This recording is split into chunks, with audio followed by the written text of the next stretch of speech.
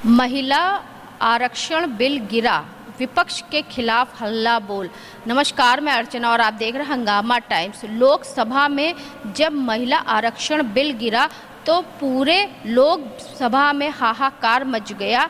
आखिर लोकसभा में महिला आरक्षण बिल क्यों गिरा, इसको लेकर के हम फिर से एक बार हैं आदर्श समाज पार्टी के राष्ट्रीय अध्यक्ष चंद्रपाल जी के साथ में, तो उनसे हम बात करेंगे आखिर लोकसभा में महिला आरक्षण बिल क्यों गिरा। बहुत बहुत स्वागत है आपका। Thank you very much. इसे अब तो ये बहुत ज़्यादा चर्चित हो चुका है। जैसे लोकसभा में जो बिल गिरा तो महसूस हुआ कि भारतीय जनता पार्टी का नुकसान हुआ और भारतीय जनता पार्टी हार गई। तो पहले तो ये इम्प्रेशन था कि जो माननीय प्रधानमंत्री और उनके और सहपाठी लोग समझ रहे थे कि हम हर चीज़ जो चाहेंगे गलत कॉन्स्टिट्यूशन के विरुद्ध तो सब हम पास कर लें। तो ये अब इनको महसूस हो गया और सारी जनता को पता चल गया कि ये जो अपने शासन को आगे बढ़ाने के लिए और संविधान को कमज़ोर करने के उद्देश्य से ये सब नाटक इन्होंने किया था और उसको इनको जनता ने बहुत अच्छा जवाब दिया है और उसकी वजह से ये हार गए और पूरा गिर गए, बिल गिर गया। तो भले ही तो बड़ा उत्साह दिखा रहे हों कि बिल्कुल हमने ये कर लिया, मगर सिंपल सी बात यह है कि एडिक्शन जो हुआ था वो बिल को क्यों रखा था,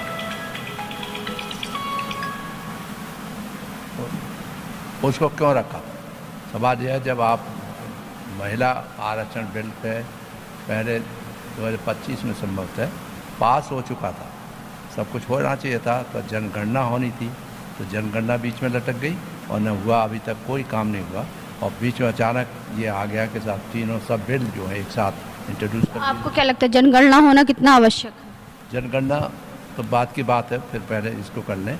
तो इन्होंने जो क्यों गिरा वाली बात है कि इन्होंने ये नहीं देखा कि कॉन्स्टिट्यूशन जो प्रोविज़न है उसमें यह है कि आर्टिकल 368 है जैसे संविधान का, जिसमें कि अमेंडमेंट वगैरह मेंशन है कि अमेंडमेंट कैसे होगा। उसमें यह है कि 2/3 मेजॉरिटी प्रेजेंट एंड वोटिंग ये होना चाहिए, और 2/3 मेजॉरिटी जो ये प्रेजेंट एंड वोटिंग नहीं हुई, इसी वजह से डी एडिक्शन सेंटर वो बनने वाला था बिल, वो सब उसकी वजह से ये गिर गया।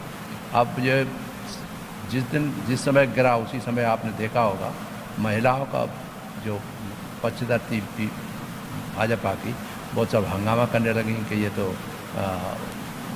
महिलाओं के विरोधी सरकारें हैं, अपोजिशन वाले, इसीलिए ये गिरा है, ये है वो है।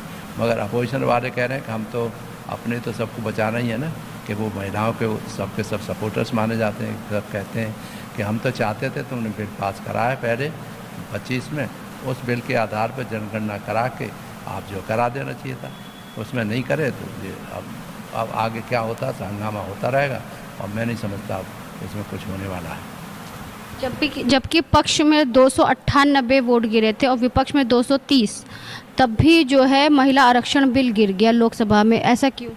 इसलिए क्योंकि महसूस तो यही होता है कि ये तो पास हो जाना चाहिए था, मगर उसमें ये टेक्निकल बात लगी हुई है ना कि एडिक्शन जो बनेंगे अलग से डिमार्केशन होगा, तो डिमार्केशन में समझते हैं कि वो होगा। तो बाबा साहब ने बड़ा सोच समझ के प्रावधान किया है, आर्टिकल 368 के अंतर्गत है कि इस तरह का जो कॉन्स्टिट्यूशन अमेंडमेंट बिल कोई भी होगा उसमें 2/3 मेजॉरिटी प्रेजेंट एंड वोटिंग होनी चाहिए, यानी उतने लोग हाउस में प्रेजेंट हों और फिर वोटिंग के समय भी उतने ही प्रेजेंट हों, उसमें से बाइफर्केशन हो, तभी पास हो पाएगा, नहीं तो नहीं हो पाएगा। तो लोगों को तो ये लग रहा है कि भाजपा हार गई, मगर वो भाजपा उस पॉइंट ऑफ सिंपल मेजॉरिटी से नहीं जी सकती थी, क्योंकि वो कॉन्स्टिट्यूशन अमेंडमेंट बिल है और कॉन्स्टिट्यूशन अमेंडमेंट बिल आर्टिकल 368 में दिया हुआ है।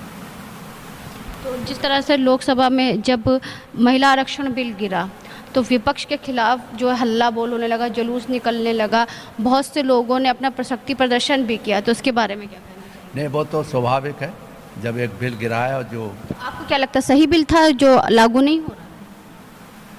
क्या नहीं लागू हो रहा? यानी कि जो बिल भाजपा लेकर के आई थी महिला आरक्षण के लिए 33% को लेकर के, तो वो क्या सही नहीं था जो कि गिर गया? नहीं, वो बिल्कुल सही नहीं था वो, क्योंकि कॉन्स्टिट्यूशन अमेंडमेंट इन्वॉल्व था और कॉन्स्टिट्यूशन का जो अमेंडमेंट है उसमें वही इन्होंने बताया ना 2/3 मेजॉरिटी प्रेजेंट एंड वेटिंग में होना चाहिए, और वो इसमें संभव नहीं हुआ। ये सिंपल मेजॉरिटी से जीती है भाजपा, मगर वो कॉन्स्टिट्यूशन अमेंडमेंट के माध्यम से जो बिल होना चाहिए था वो 2/3 मेजॉरिटी प्रेजेंट एंड वोटिंग से पास होना चाहिए। जब नहीं हुआ तो गिरना स्वाभाविक है। यानी कि जो विपक्ष ने लोकसभा में जो है महिला आरक्षण के विपक्ष में जो वोटिंग करी तो सही वोटिंग करी, जिसको लेकर के जो है ये बिल गिर नहीं, बिल्कुल सही है, उसमें कुछ नहीं। और भी ज़्यादा वोटिंग करते तब भी कुछ नहीं होता, तभी उनको जो गिरना ही गिरना था बिल का, क्योंकि 2/3 मेजॉरिटी प्रेजेंट एंड वोटिंग वाला जो बात है वो ज़रूरी है जो संविधान में दिया हुआ। यही से तो कहते हैं कि बाबा साहब की बुद्धिमत्ता देखिए कि ऐसे भी सर्कमस्टेंसेस हो सकती हैं कि कहीं कॉन्स्टिट्यूशन असेंबली बिल पास करने के लिए कुछ लगाया जाए और तकड़म लगाएं लोग, जैसे मेजॉरिटी दिखाई दे दुनिया को। और माननीय प्रधानमंत्री ने सबसे हाथ जोड़ के कहा भी था कि महिला बिल पास नहीं हुआ तो तुम्हारा नुकसान होगा और आप ही लोग पछताओगे। तो अब देखिए क्या होता है, महिला किधर जाती हैं। महिलाओं को यह भी तो महसूस होना चाहिए कि गलत रूप से संविधान को अगर अमेंडमेंट करने का प्रयास किया जा रहा है, जैसा कि भाजपा के लोग कहते रहते हैं, बड़े बड़े मंत्री वगैरह भी बोलते हैं कि संविधान को बदलना चाहिए। मनुस्मृति उसके क्या नाम है आपके RSS के लोग भी, बड़े बड़े लोग भी कहते हैं बदला जाना चाहिए।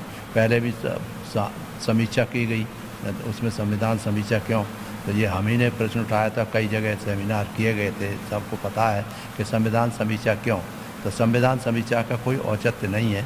उस समय भी ये जो हारे थे, और इसीलिए ये सब बातों को ध्यान में रखते हुए यह है कि संविधान के विपरीत जो कार्य किया जाएगा वो देश हित में नहीं होगा। और बाबा साहब डॉक्टर अम्बेडकर की जो प्रतिज्ञा थी कि संविधान सही रूप से लागू हो, संविधान के माध्यम से ही सामाजिक परिवर्तन हो, सामाजिक आर्थिक व्यवस्था परिवर्तन हो, और वो उसको ध्यान में रखेंगे तो देश आगे बढ़ेगा, अच्छे रहेंगे।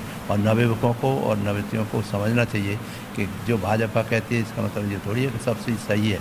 जो भी शासन हो, शासन का जो भी शासन कब हो, हर एक की बात अलग अलग होनी चाहिए और तय होना चाहिए कि संविधान समीक्षा जब फेल हो गई, वो ख़त्म हो गई, तो अब फिर लगे हुए हैं कि संविधान पर केवल प्रधानमंत्री जी कहते रहते हैं साष्टांग दंडवत करो।